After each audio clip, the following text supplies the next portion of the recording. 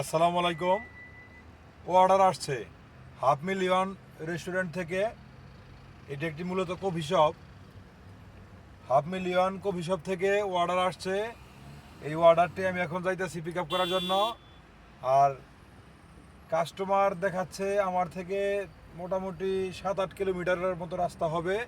সেটা আমি pick up করার পরে ক্লিয়ারলি বুঝতে পারবো, ঠিক আছে?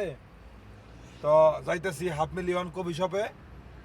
হাফ মিলিয়ন কফি শপে যাওয়ার পর আমার কাছে 4 ডিজিট যে নাম্বারটা আছে অর্ডার নাম্বার, সেই নাম্বারটা আমি রেস্টুরেন্টে গিয়ে দেখাবো। তারপর সেই কফিগুলো আমাকে দিয়ে দিবে তারা, এবং দেওয়ার পরে আমি পিক আপ করবো এবং তারপর চলে যাব কাস্টমারের লোকেশনে।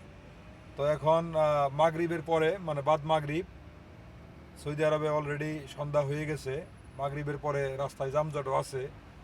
তো যানজটের কারণে তুলনামূলক যেতে আমার একটু সময় লাগতেছে। তার কারণ হলো যে আজকে আকাশে মেঘ আছে, পাশাপাশি রাস্তায় আজকে গাড়ি বেশি, ঠিক আছে? রাস্তায় বেশি গাড়ি থাকার কারণে যানজট সৃষ্টি হয়েছে। আর যানজট সৃষ্টি হওয়ার জন্যে আমার সেই কফি শপে যেতে তুলনামূলক সময় একটু বেশি লাগতেছে।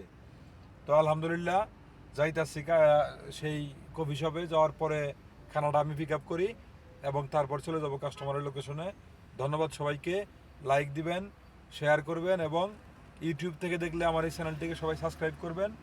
আর পেজ থেকে যারা দেখবেন সবাইকে অনুরোধ করব আমার এই চ্যানেলটিকে ফলো করে দিন, ঠিক আছে?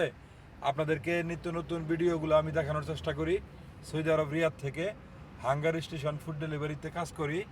তো ফুড ডেলিভারির কাজ সম্পর্কে আইডিয়া দেওয়ার চেষ্টা করি।